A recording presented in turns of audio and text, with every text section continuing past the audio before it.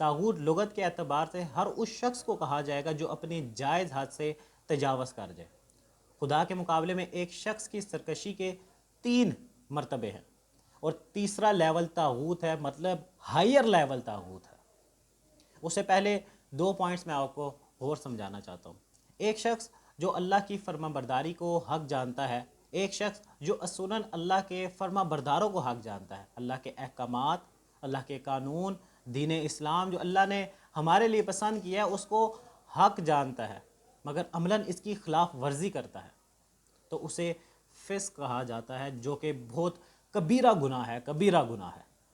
اب اس کو ایک مثال کے ساتھ سمجھیں کہ اکارڈنگ ٹو اسلام اگر کوئی شخص چوری کرتا ہے تو اس کے ہاتھ کاٹے جائیں گے، اور according to law of Pakistan, Pakistan penal code PPC section 378 کے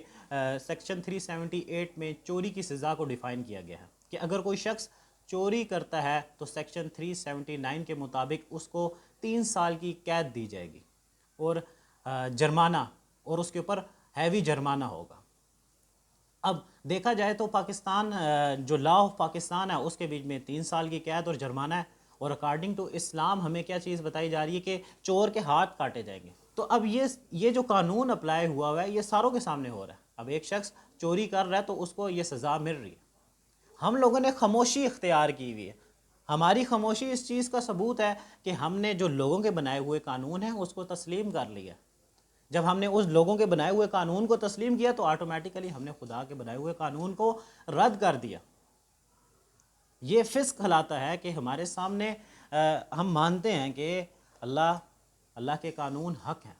جو اللہ نے ہماری طرف دین بھیجا، نظام حیات بھیجا، اسلامک سسٹم ہمارے پاس بھیجا، وہ حق ہے، لیکن عملاً ہمارے جو کام ہے وہ اس کے خلاف ہے۔ اب دوسرے پوائنٹ کی طرف آتے ہیں کہ ایک شخص جو اصولاً خدا کا انکار کر دے، خدا کی فرما برداری سے ہٹ جائے، خود مختار ہو جائے، اپنے بنائے ہوئے قانون کے مطابق چلنے لگ جائے یا لوگوں کے بنائے ہوئے قانون کے مطابق چلنے لگ جائے، اسے کفر کہا جاتا ہے۔ اب تیسرا پوائنٹ آ جاتا ہے، طاغوت ہر وہ شخص ہے، ہر وہ ادارہ ہے، ہر وہ ریاست ہے جو اللہ سے باغی ہو جائے اور اللہ کی سرکشی میں اتنا ڈوب جائے کہ لوگوں کے اوپر اپنے بنائے ہوئے قانون سے یا لوگوں کے بنائے ہوئے قانون سے لوگوں کے اوپر ہی حکم دینے لگ جائے، لوگوں کا فیصلہ کرنے لگ جائے، لوگوں کو اس کے مطابق چلانے لگ جائے۔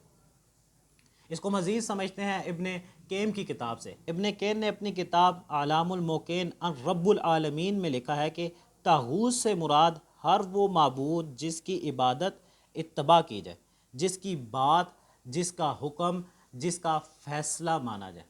جسے جتنی بندے کی حیثیت ہے اس سے زیادہ درجہ دیا جائے۔ بس ہر قوم کا وہ شخص طاغوت ہوا جس کے پاس لوگ اللہ اور رسول صلی اللہ علیہ وسلم کو چھوڑ کر فیصلہ کروانے کے لیے جاتے ہیں، اور جو فیصلہ کرتا ہے اللہ اور رسول صلی اللہ علیہ وسلم کے احکامات کو سائیڈ پہ رکھ کے اپنے بنائے ہوئے نظریات کے مطابق فیصلہ کرتا ہے، تو وہ شخص طاغوت ہے۔ اگر طاغوت کو پریزنٹ سچویشن آف پاکستان سے سمجھا جائے تو پاکستان کا اکنامک سسٹم جو کہ ڈفرنٹ آئیڈیالوجیز کا مجموعہ ہے، جس کے بیچ میں کیپٹلزم آ جاتی ہے، سوشلزم آ جاتا ہے، اور مسلمانوں کو اپنی طرف کرنے کے لیے انہوں نے اسلامک ٹچ بھی دے دیا، تھوڑی سی اسلامک ٹچ بھی اس کے بیچ میں ڈال دی ہے، تاکہ جو ہمارے مسلمان بھائی ہیں وہ ہمارے ساتھ کوئی بغاوت نہ کرے، ہمارے ساتھ لڑائی نہ کرے، جو حکومت ہے ان کو چیلنج نہ کرے، تو اسلامک ٹچ دینا لازمی ہے۔ اسی طرح جب آپ رولنگ سسٹم کی طرف آ جاتے ہیں تو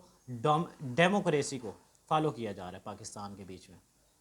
آپ باہری کنٹری میں چلے جائیں تو وہاں پر بھی ڈیموکریسی کو فالو کیا جا رہا ہے، اور ساتھ ہی اکنامک سسٹم کے ذریعے سے جو ہے نا کیپٹلزم کو جو ہے نا فالو کیا جا رہا ہے۔ اب میں اس کی ڈیٹیل میں اتنا نہیں جاؤں گا، اگر کسی نے ڈیٹیل میں پڑھنا ہے تو میں انشاءاللہ ڈسکرپشن میں اس کا لنک بھی دے دوں گا، تو آپ ڈیٹیل میں نا پڑھ سکتے ہیں، اس کو ایک بک کو پڑھ سکتے ہیں، اس کے بیچ میں آپ کو ڈیٹیل سے یہ تمام چیزیں مل جائیں گی۔ سمجھنے کی یہاں پر یہ چیز ہے کہ یہ جو آئیڈیالوجیز ہیں، کیپٹلزم ہو گیا، سوشلزم ہو گیا، ٹھیک ہے، جو پاکستان کا اکنامک سسٹم ہے، جو رولنگ سسٹم ہے، ڈیموکریسی ہے، کیا یہ اللہ کی بنائی ہوئی ہے؟ اگر تو اللہ کی بنائی ہوئی نہیں ہے تو مطلب یہی ہوا کہ غیر اللہ کی بنائی گئی ہے، مطلب کسی انسان کی بنائی ہوئی ہے۔ تو یہی تو طاغوت ہے کہ جو شخص بنا رہا ہے، ان آئیڈیالوجیز کو بنا رہا ہے اور اس کو اپلائی کر رہا ہے، اس کے مطابق فیصلے کر رہا ہے، اس کے مطابق حکم دے رہا ہے، تو وہ کون ہوا؟ طاغوت ہوا۔ اور ان آئیڈیالوجیز کے مطابق جو اپنی زندگی کو گزار رہا ہے، ان آئیڈیالوجیز کے مطابق، ان آئیڈیالوجیز کو جنہوں نے تسلیم کر لیا، تو وہ کون ہے؟ وہ بھی طاغوت ہی ہے۔ طاغوت کے بارے میں سورۃ بقرہ کی آیت نمبر 256، وَمَن يَكْفُرْ بِالطَّاغُوتِ، تو تم میں سے جو کوئی بھی طاغوت کا انکار کرے گا، وَيُؤْمِن بِاللَّهِ، اور پھر اللہ کے اوپر ایمان لے کر آئے گا۔ اب دیکھیں اس آیت کو سمجھیں، اللہ کے اوپر ایمان لانے والا شخص کون ہوگا؟ جو سب سے پہلے طاغوت کا انکار کرے گا۔ اب طاغوت کیا ہے؟ آپ کے سامنے میں نے رکھ دی ہے کہ جو بھی اکنامک سسٹم پاکستان کا، جو رولنگ سسٹم پاکستان کا، جو جوڈیشل سسٹم پاکستان کا، جو کیا کہتے ہیں ایجوکیشن پالیسی ہے، جو فورن پالیسی ہے، سوشل اکنامک سسٹم جو ہے، سوشل سسٹم جو ہے، یہ انسان کے بنائے ہوئے ہیں، جس کے مطابق پاکستان پورا چل رہا ہے، ہم لوگ بھی چل رہے ہیں۔ جنہوں نے اس کا انکار کیا وہ حقیقت میں اللہ کے اوپر ایمان لے کر آئیں گے۔ اللہ کے اوپر ایمان لانے کی کنڈیشن ہی یہی ہے کہ آپ نے ان تمام سسٹمز کا انکار کرنا ہے، ان تمام سسٹم کا انکار کرنا ہے جو انسان کے بنائے ہوئے ہیں۔ تو جو شخص پھر طاغوت کا انکار کرے گا، اللہ کے اوپر سچا کامل ایمان لے کر آئے گا، تو ان کے بارے میں اللہ پاک کیا فرماتے ہیں؟ فَقَدِ اسْتَمْسَكَ بِالْعُرْوَةِ الْوُثْقَىٰ، تو اس نے بہت مضبوط حلقے کو تھام لیا، لَا انفصام لَهَا، جو کبھی ٹوٹنے والا نہیں ہے، وَاللَّهُ سَمِيعٌ عَلِيمٌ، اور بے شک اللہ سننے والا ہے، جاننے والا ہے۔ آپ کے دل میں کیا ہے اللہ جاننے والا ہے، آپ کی زبان کے اوپر کیا، آپ کے رد و عمل کیا ہیں۔ لوگوں کو تو آپ دھوکہ دے سکتے ہیں، اتنی بڑی بڑی داڑھی رکھ کے آپ لوگوں کو دھوکہ دے سکتے ہیں، یا اتنی بڑی بڑی تقریریں کر کے آپ لوگوں کو دھوکہ دے سکتے ہیں۔ واللہ السمیع العلیم، اللہ کو دھوکہ نہیں دے سکتے، کیونکہ اللہ جاننے والا ہے، اللہ سننے والا ہے، اللہ آپ کے دلوں کے راز بھی جانتا ہے، اللہ جو آپ کی زبان سے نکل رہا ہے وہ بھی جانتا ہے۔